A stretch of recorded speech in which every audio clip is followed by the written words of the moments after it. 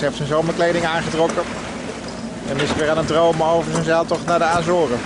Ja, gelijk heeft hij, maar dat zal ongeveer dit zijn. Het is nu warm. Hier hebben we de windsnelheid. Dat staat nu ongeveer op windkracht 2.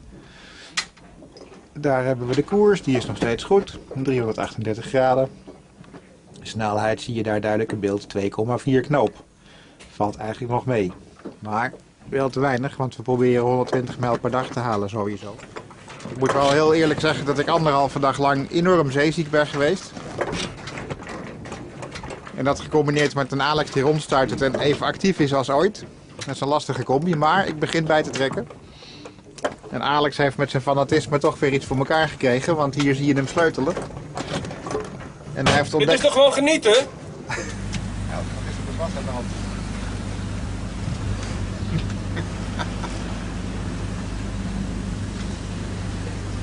Niks bij.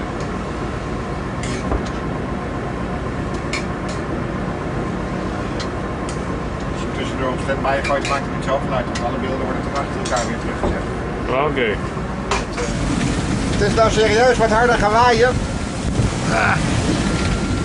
En Alex die krijgt net een mega golf over zich heen. En nou zeggen ze dat mijn haar plat zit. Lekker belangrijk. Je zit er niet uit, Alex.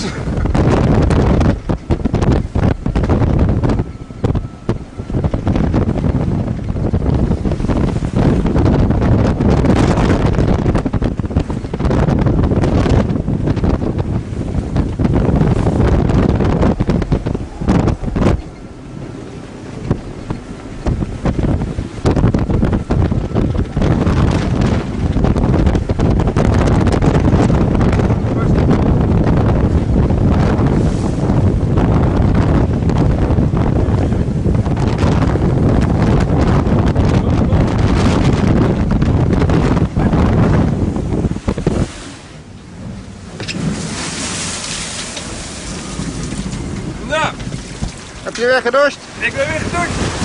Oh, heerlijk.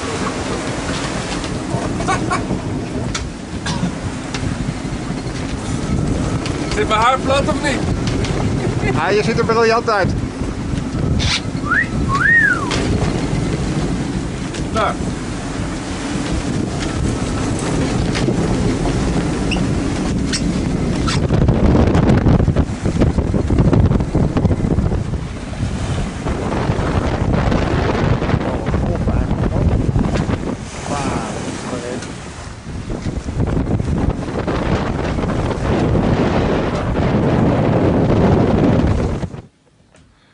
Zo, allemaal tevreden en voldaan op de steiger. Hoor ik nou Alex zeggen dat we warme chocolademelk gaan maken?